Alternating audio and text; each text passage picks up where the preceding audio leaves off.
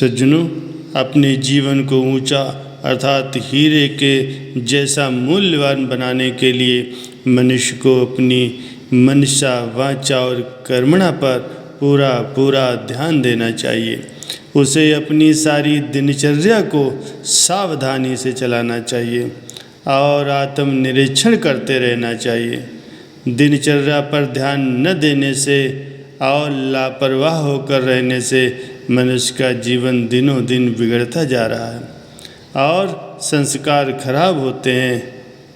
हम एक अच्छी दिनचर्या की रूपरेखा बना करके रहें।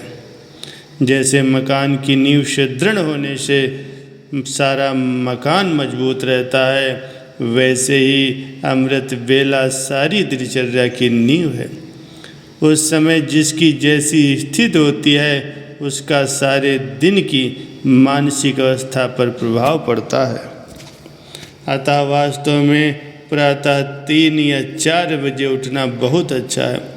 उस समय एकांत और शांत वातावरण होता है।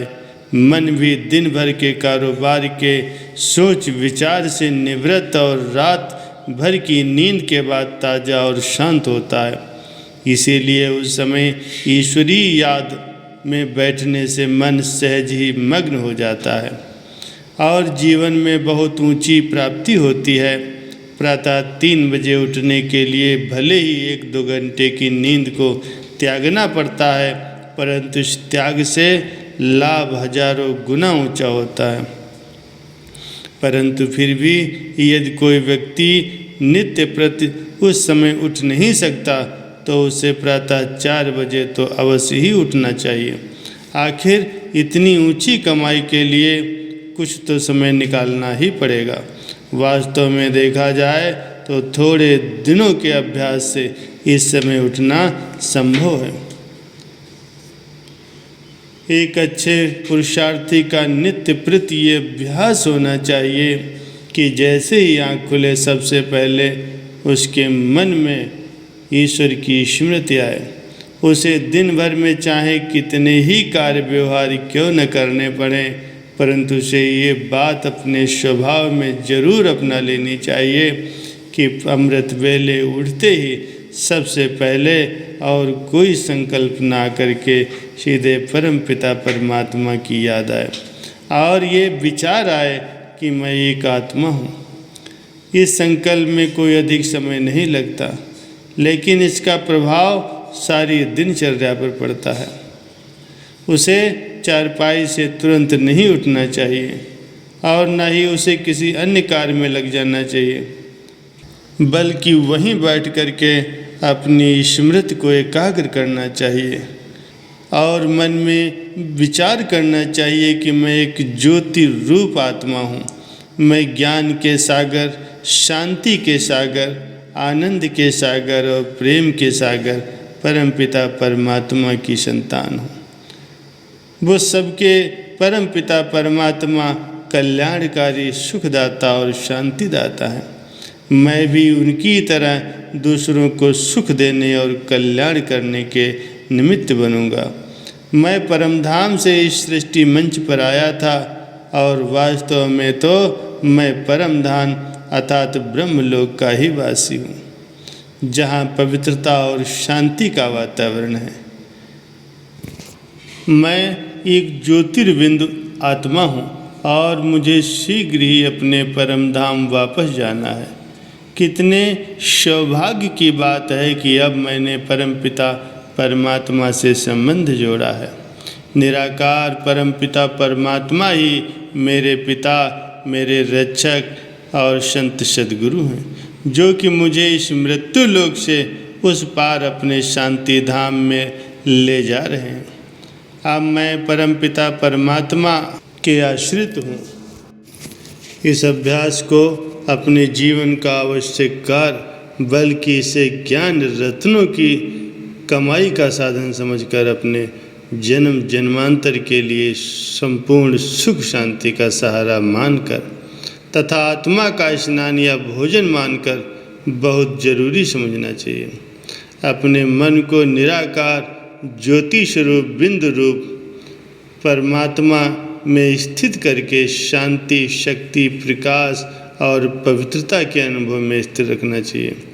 उस की याद में बहुत ही आनंद है, उसमें आत्मा को बल मिलता है और सारा दिन एक अलौकिक खुशी और एक उत्साह बना रहता है। संत महापुरुषों की वाणी और उनके वचनों को जो कि मनुष्य मात्र के लिए दी गई हैं, उन्हें स्वयं पर लागू करके देखना चाहिए और यही दृष्टिकोण रखना चाहिए कि हमें अपने अवगुण रूपी पत्थर निकाल करके अपने जीवन में गुण रूपी रत्नों को भरना है। ये धारणा सदैव बनी रहनी चाहिए। केवल ज्ञान श्रवण के समय ही स्वयं को ईश्वरीय ज्ञान का विद्यार्थी नहीं मानना चाहिए, बल्कि बाद में भी स्वयं को एक परमपिता परमात्मा की एक संतान तथा ईश्वरीय विद्या का एक विद्यार्थी और देवपद की प्राप्ति का एक पुरुषार्थी मानते हुए अपने जीवन को सदा ऊंचा उठाने का और लोक संग्रह का ध्यान रखते हुए दूसरों के आगे आदर्श रूप में चलने का पूरा प्रयास करना चाहिए। प्रतिदिन परमपिता परमात्मा और संत महापुरुषों की वाणियों को सुनने से उन पर मनन करना चाहिए और अपने सांसारिक कर्तव्यों को करना चाहिए। भोजन करते समय भी उसी ज्ञान को, उसी ईश्वरीय मस्ती में मगन रहना चाहिए। भोजन सदैव सात्विक और शुद्ध लेना चाहिए।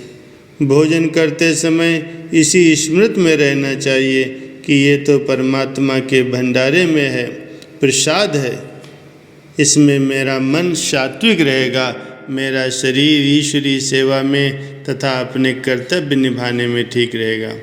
भोजन में आसक्ति नहीं रखनी चाहिए और भोजन करते समय अनावश्यक बातें नहीं करनी चाहिए, बल्कि आत्मा के स्वरूप में स्थित होकर प्रभु के प्रेम में टिककर साक्षी भाव से भोजन करना चाहिए और मन में सदैव यही ख्याल रखना चाहिए कि मैं परमपिता परमात्मा का सेवक हूँ। ये सारी सृष्टि उन्हीं की है, मैं तो केवल एक निमित्त मात्र हूँ। उनके इस कार्य में मुझे किसी भी प्रकार का अहंकार नहीं करना चाहिए।